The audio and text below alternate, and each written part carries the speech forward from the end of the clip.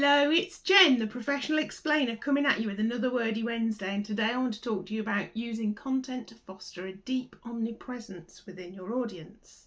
Now, there's a bit of a misconception about marketing that it's all about getting the most eyeballs on your brand, that marketing is purely a numbers game. The more people you tell, the more business you get, a sort of roll up, come one, come all approach.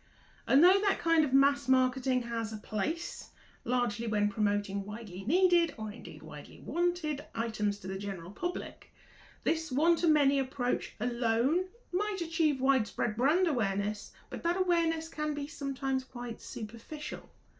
When you're promoting a service-based B2B or a professional personal brand, people need to feel they can trust you before they buy. Businesses like ours usually only offer something that's applicable to a small sliver of the business community, or may focus on helping a particular niche or industry. When appealing to these narrower, trust-led audiences, surface scattergun awareness doesn't always cut it.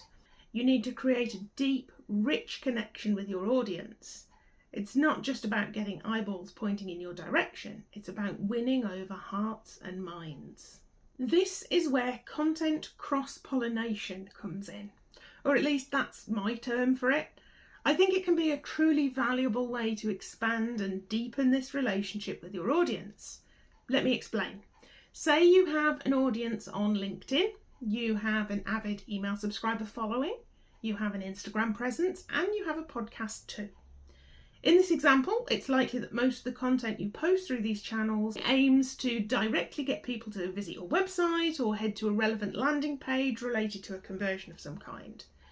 I'm certainly not saying that there's anything wrong with that per se, but let's get into it.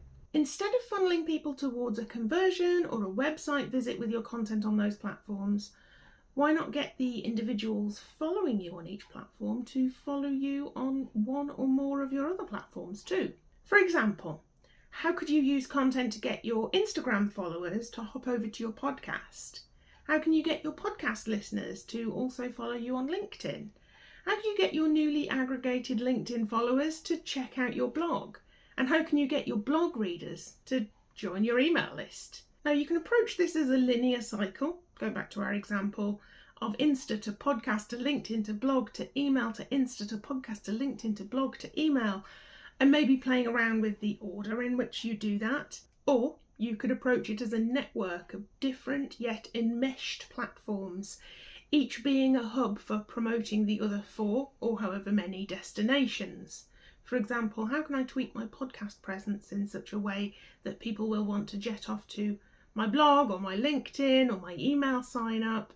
How can I create email content that lets people know I have a presence in all of these other places ready for them to explore?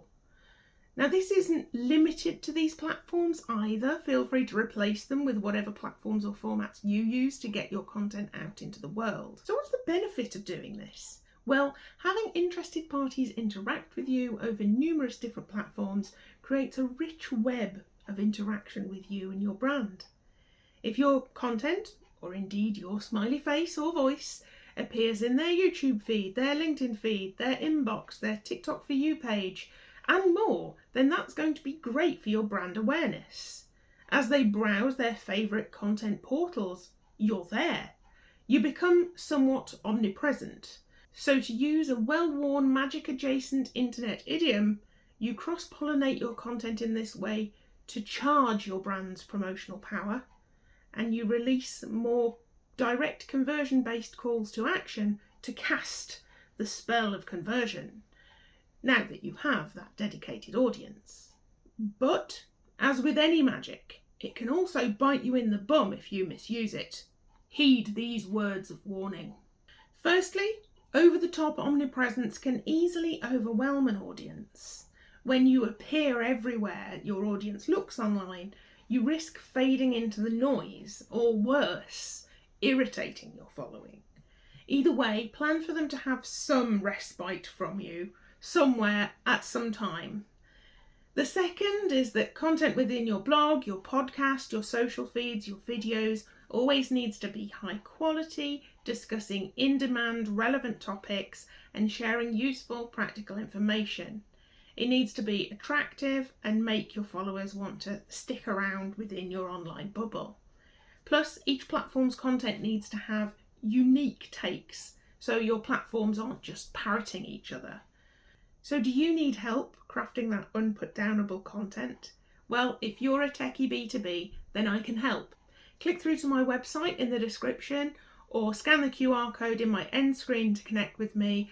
As always, like, comment, share, subscribe to appease the mighty algorithm, and I'll see you next time.